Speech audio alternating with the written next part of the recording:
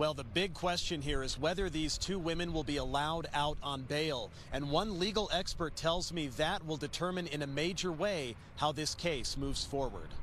Hey guys, welcome back to my channel, and as you can see, it is the big court hearing coming up again for Ruby and Jody this coming Monday, the 18th of this month, September, and we'll be there. We will be there. Well, we'll be here, but we'll be there. I am going to be going live on this channel to bring you the live coverage of this court case, and we can go through it together. So if you would like to join me, that would be brilliant. From 5:30 p.m. UK time, I'll be here, and we'll go through that together. Hopefully something good comes of it. If they are detained still, look for this case to move more quickly through the court process.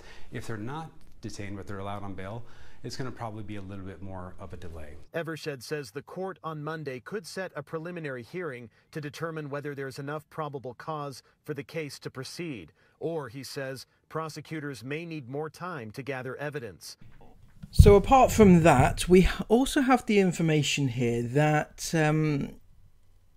Ruby actually called her husband before she got arrested and said that she expected to have trouble and that she wanted Kevin to look after the kids. I just interviewed Kevin Franke's attorney. Kevin Franke is Ruby Franke's husband. And he said, if I understood it correctly, that Kevin had a call with Ruby right before she was arrested saying she knew that law enforcement was coming and that he wanted her to take care of the kids. So she knew that she was going to get in trouble. She knew the net was closing in on her, and she knew that this was going to happen, and that is quite worrying. And also, I would have to say, if she called Kevin to look after the kids, why didn't he go out there and check on the kids? Why? What did he think? What exactly did he think if that was the case? Did he think, oh no, what's happening? What have you done to the kids? What are you doing? And I'm going to go and get my kids now. But no, it just didn't seem, I don't know. Maybe I'm misinterpreting that, but I don't know. In other news, there has been an article appeared in the Insider magazine, which is an interview with one of Ruby and Jody's cellmates in jail. The headline read, "A woman in jail with Ruby Franke said she seemed smitten with Jody Hildebrandt and was upset that they didn't share a cell." A woman who shared a jail cell with Ruby Franke for 3 nights said Franke seemed fixated on her YouTube partner Jody Hildebrandt and complained that they were held separately from one another. Deborah Monson, 52, spoke with Insider about her stint in the custody of Washington County Sheriff's Office in Utah at the same time as Franke and Hildebrandt. Monson said she spent around an hour with Hildebrandt at the start of her stay in the Purgatory Correctional Facility, followed by 3 nights with Franke in a medical area. As of Thursday, both Franke and Hildebrandt were listed as still being in jail. That's because they are still in jail. Monson said she had no idea who they were at the time and only realised after she left and her family were talking about them on the drive home. Monson described both Franke and Hildebrandt as really tight-lipped, but said she had a lot of time to observe how Franke behaved. Most notably, she seemed distressed that she and Hildebrandt had been separated. She said, "God, how long are they going to keep us in here? And why did they separate me and Jody?" She said, "I can't understand why they separated me and my friend." Now, that's a little bit of a, I mean, anybody who knows anything about anything, and I don't know anything about being in jail, but I know for certain they would not put two co-conspirators together, you know, because you can conspire. It just wouldn't happen, right? It wouldn't happen. They always separate those people in that situation, and it blows my mind that Ruby would actually think that she would be put in a cell with her best friend Jody. Frankie was really, really concerned about Hildebrandt, she said, and wanted to see her, wanted to talk to her. Monson said Frankie was interested after she let her know that she was briefly held alongside Hildebrandt. She's like, "Oh, what did she say? How did she act? Did she say anything at all?" she said, and described Frankie as almost childlike in her manner and almost smitten with Hildebrandt. See, I think, and this is just me from watching so many of their videos, it feels like Jody is the mentor, like the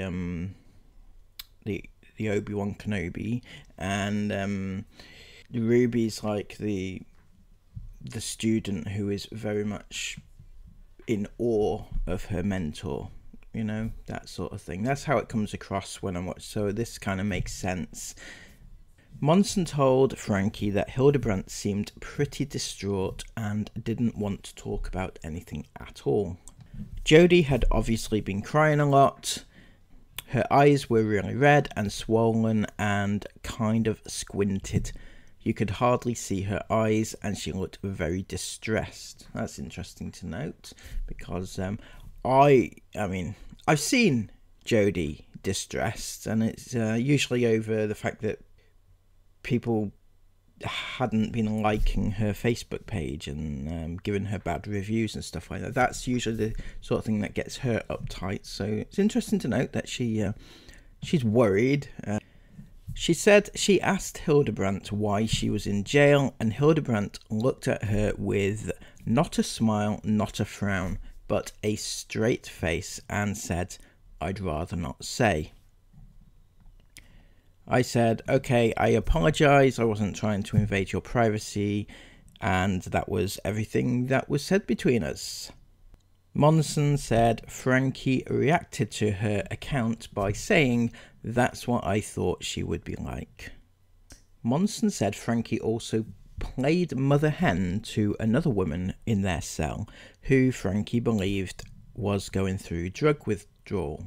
Well, let's face it, this woman could have been going through anything, but Frankie Ruby would have been like, yeah, you're in distortion.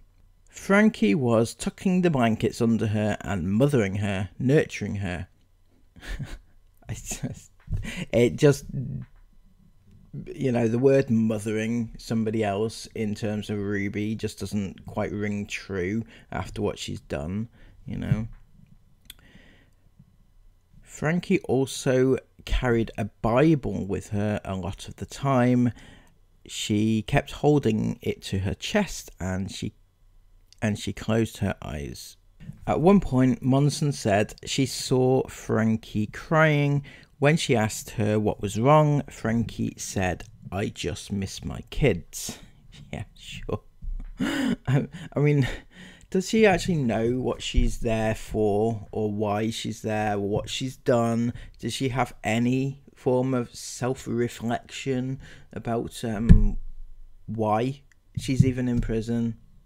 Monson said she doubted Frankie's sincerity, though, saying her emotions seemed to have no depth and that she seemed completely narcissistic. Well, that, yeah, that sounds about right. I would imagine. So I can imagine of Ruby being the sort of person, if you said to her, "What's the matter?" and she said, "Yeah, I just miss my kids, you know, I just miss."